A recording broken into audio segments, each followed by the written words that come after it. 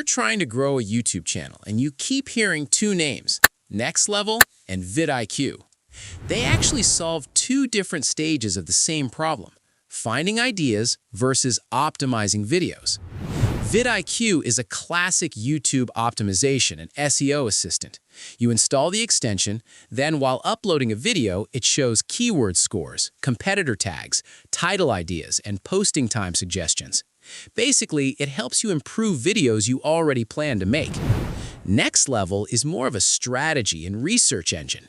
It scans huge amounts of videos and tries to find profitable niches, viral patterns, and faceless channel opportunities before you even record anything. So it's used earlier in the workflow: idea, niche, format, then publish. Now, pricing matters.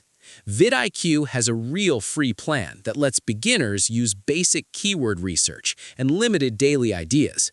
Paid starts around $7.50 to $10 a month for Pro and about $39 a month for Boost features.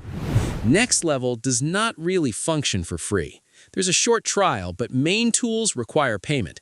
Lite is about $13 a month, Pro about $42 a month, and some versions cost hundreds up front or include a paid course. So who should use what?